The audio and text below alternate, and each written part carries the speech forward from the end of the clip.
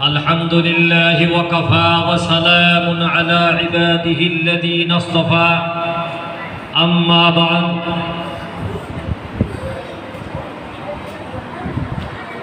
সম্মানিত উপস্থিতি আজকের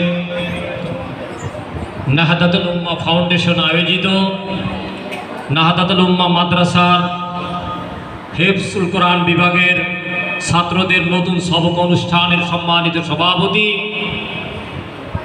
ও আজকের এই অনুষ্ঠানের বিভিন্ন মাদ্রাসা থেকে আগত মুহতামিম বৃন্দ, অত্র মাদ্রাসার মুহতামিম, অত্র মাদ্রাসার পরিচালনা পর্ষদ এবং আমার সামনে উপস্থিত সম্মানিত অভিভাবক বৃন্দ এবং আমার প্রাণপ্রিয় কচিকাচার ছোট সন্তানতুল্য ছাত্র ছাত্রী যারা আছেন, আসসালামু আলাইকুম ওয়া রাহমাতুল্লাহি ওয়া বারাকাতুহু।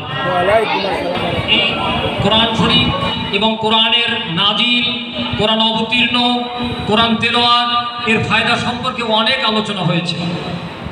আপনারা নিশ্চয় এই আলোচনা থেকে অনেক কিছু শুনেছেন এবং অনেক কিছু ধারণ করেছেন।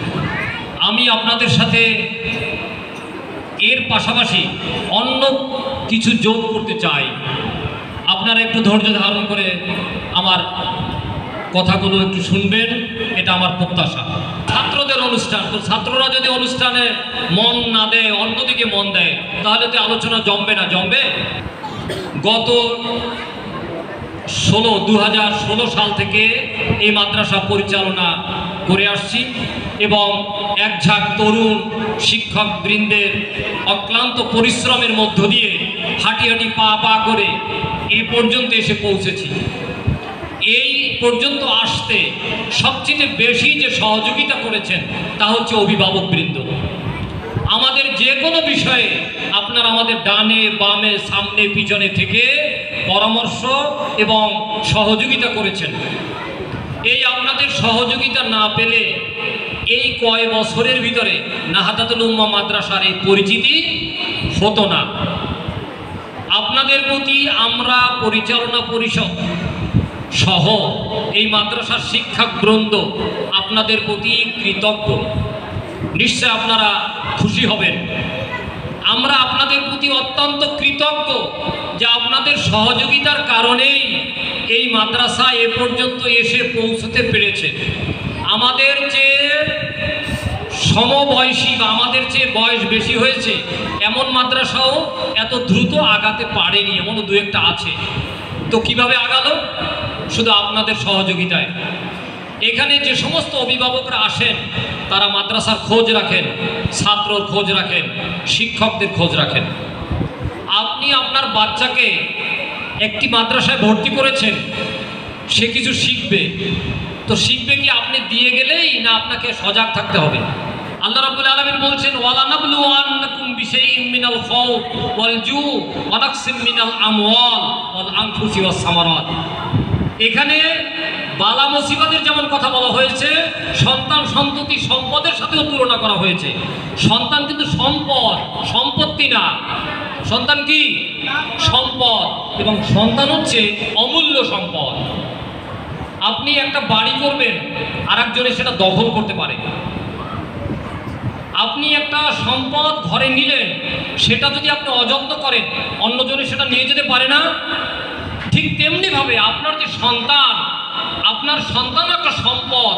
যদি আপনার তার প্রতি দায়িত্ব অবহেলা থাকে অথবা দায়িত্ব যদি যথাযথভাবে পালন না হয়, তাহলে সে সন্তানও কিন্তু আপনার জন্য কি হতে পারে? বালা মুসিবতের কারণ হতে পারে, আপনার ইজ্জত হানির কারণ হতে পারে। পারে কিনা? আল্লাহ রাব্বুল আলামিন বলছেন, সন্তান এবং সম্পদ দিয়ে তোমাদেরকে পরীক্ষা করা হবে। তো সেটা কি? সেটা হচ্ছে সন্তানকে যদি আপনি উপযুক্তভাবে লালন পালন না করেন। এখন লালনটা কি? আপনি 3 বেলা তাদেরকে খাওয়া পড়া দিচ্ছেন, জামা কাপড় দিচ্ছেন না, আপনি তাকে উপযুক্ত জ্ঞান দিতে পারছেন কিনা, এবং উপযুক্ত জ্ঞান দিতে গিয়ে আপনি তাকে উপযুক্ত পরিবেশ দিতে পারছেন কিনা। প্রশ্ন থাকতে পারে যে আমরা কি পরিবেশটা শুধু বড়লোকের জন্য হয় না? একজন সচেতন পিতামাতাই পারে তার সন্তানকে উত্তম পরিবেশ দিতে। আপনি বাচ্চাকে আদব শিখাবেন, আপনি মনে করতে পারেন যে আদব শিখাবে মাদ্রাসা, মাদ্রাসা শিখাবে 8 ঘন্টা, আপনি থাকেন তারপরে 16 ঘন্টা। পৃথিবীর ভিতরে আপনার সন্তান আপনার কাছ থেকে শিখবে। আপনি পৃথিবীতে সবচেয়ে বড় শিক্ষক হচ্ছেন পিতামাতা। সবচেয়ে বড় শিক্ষক কে? আমার সাথে কথা বলেন। সবচেয়ে বড় শিক্ষক কে? আপনি যে পৃথিবীতে প্রথম বাচ্চা আসার পরে প্রথম যে তার মুখের ভাষা আসছে বাবা, মা, দাদা, আমি, তুমি, এটা কার কাছ থেকে শিখেছে? কার কাছ থেকে? পিতামাতার কাছ থেকে শিখেছে। আপনি, তুমি কার কাছ থেকে শিখেছে? আমি খাবো, আমি খাবো না, কার কাছ থেকে শিখেছে? আল্লাহ রাসূল সাল্লাল্লাহু আলাইহি ওয়াসাল্লাম বলেছেন যে প্রতিটা মায়ের কোলই হচ্ছে বাচ্চার জন্য প্রথম মাদ্রাসা। কোথায় প্রথম মাদ্রাসা? কোথায়? মায়ের কোল। মায়ের কোলই হচ্ছে প্রথম মাদ্রাসা। আপনি শিক্ষকের কাছে দিবেন। দেখেন আমরা যে বাচ্চাদেরকে দেই, একই টিচারের কাছে পড়ে, একই ক্লাসে পড়ে, একই রুমে বসে পড়ে, তারপরে একটা বাচ্চা খুব ভালো রেজাল্ট করে আর একটা ভালো রেজাল্ট করে না। কেন বলতে পারেন? আপনি যতটুকু সচেতন, আপনার যেমন ঘর বাড়ি পাহারা দেওয়ার ব্যাপারে আপনি সজাগ থাকেন, আপনি যতটুকু সচেতন আপনার বাচ্চা ততটুকু সচেতন। আপনি যতটুকু সজাগ আপনার বাচ্চা ততখানি অ্যাডভান্স। অনেক বাচ্চা আছে বাবা মায়েরা দিয়ে যান আর নিয়ে যান, টিচারদের সাথে সাক্ষাৎ করেন না, জানতে চান না। আপনি যদি আপনার বাচ্চাকে একটু জিজ্ঞেস করেন বাবা কি পড়ো, তাহলে বাচ্চা মনে করবে যে আগামী দিন যদি আমি না বলতে পারি নতুন পড়া, বাবা তো আবার ধরবে। ঠিক কিনা বলেন? আপনি দেখেন একই সাথে অনেক বাচ্চাদেরকে আমরা হাফিজি দেই, সব বাচ্চা একসাথে সবক শেষ করতে পারে না। এটা দুটো কারণ, একটা হচ্ছে তার মেধার দুর্বলতা, আর একটা কি গার্ডিয়ানদের সচেতনতার অভাব। আপনি যে শিক্ষকের কাছে বাচ্চাটা পড়ে তার সাথে আপনার যোগাযোগ থাকতে হবে বন্ধু সুলভ। কি পড়ায় আপনাদের এখানে? অমুক জায়গা ভালো পড়ায়, এই তুলনাটা করবেন না। তুলনাটা করবেন যে আমার বাচ্চা প্রতিদিনকার যা শেখার কথা হুজুর তা কি শিখতে পারছে। যদি হুজুর বলে যে না আপনার বাচ্চা ঠিক মতো শিখছে না, তাহলে আমার কি করণীয়? আপনি যদি এই ব্যাপারে সচেতন থাকেন, আমি লিখে দিতে পারি অন্য যে কোনো বাচ্চার তুলনায় আপনার বাচ্চা ফার্স্ট হবে। আপনার বাচ্চা অন্যদের তুলনায় বেশি জানবে, আপনার বাচ্চা অন্যদের তুলনায় বেশি জ্ঞান গরিমায় অর্জন করতে পারবে।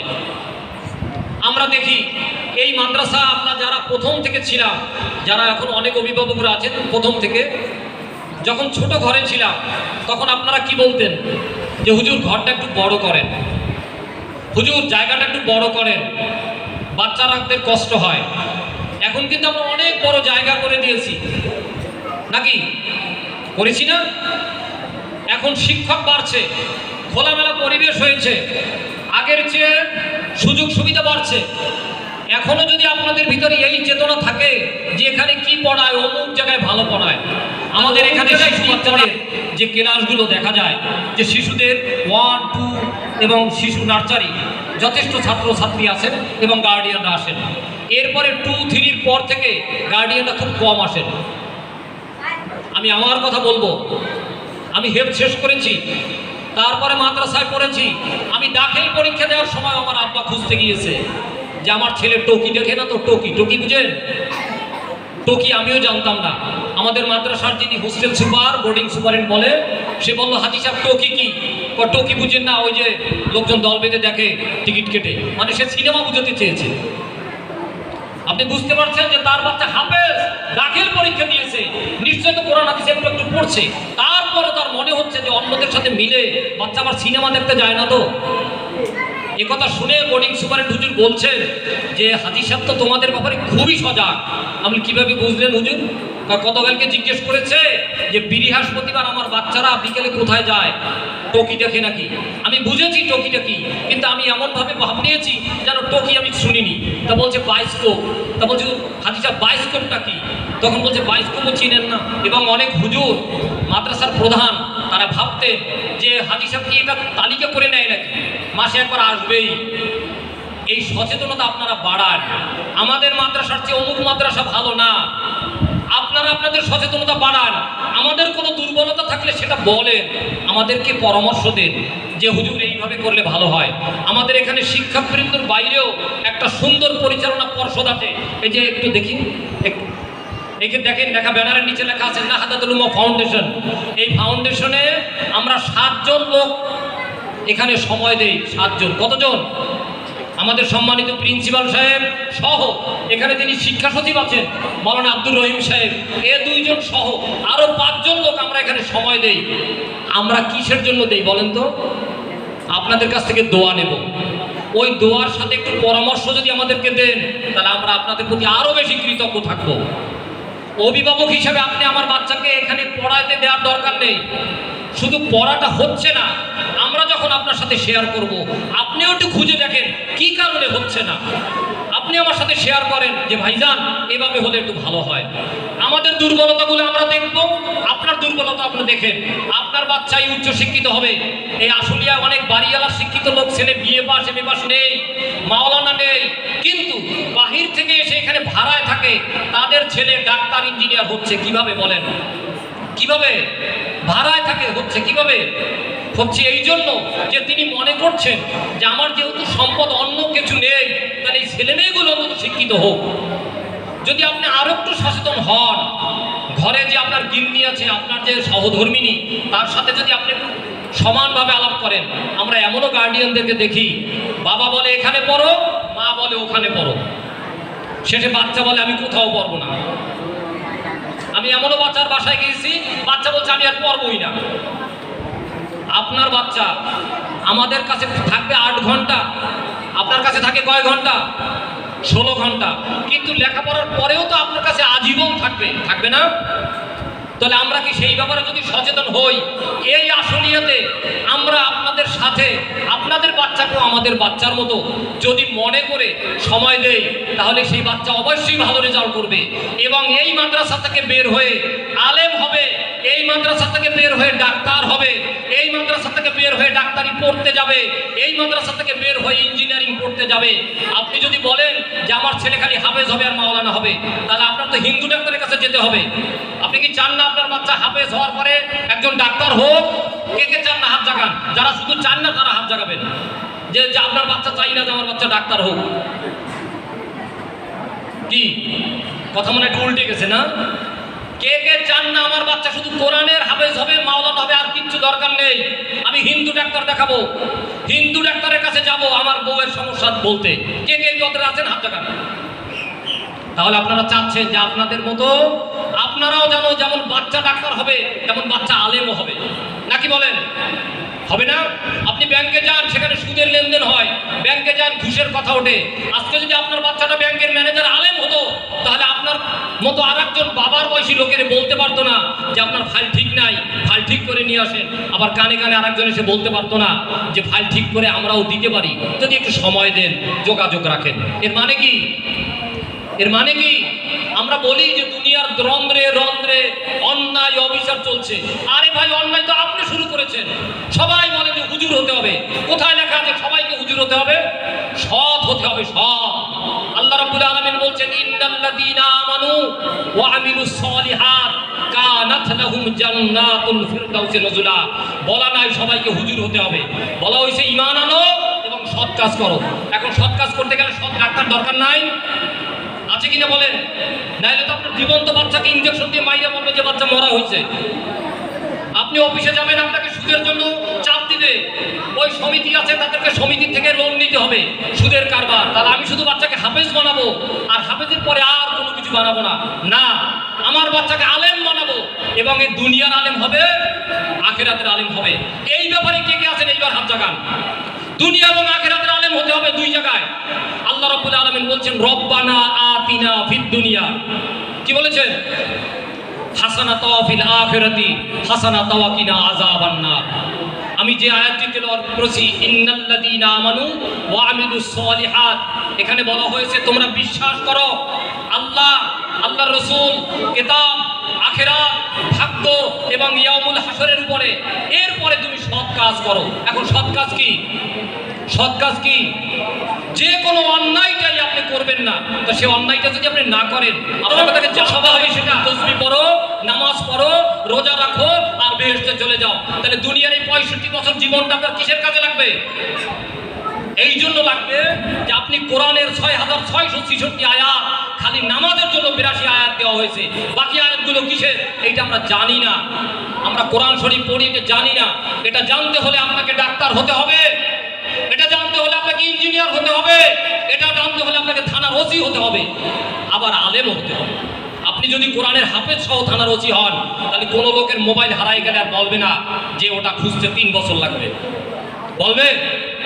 আজকে যদি থানার ওসি সাহেব হাফেজ থাকতেন, পাশাপাশি ওসি হতেন, তাহলে আপনার আমার থানায় গিয়ে মিথ্যা মামলা খেতে হতো না।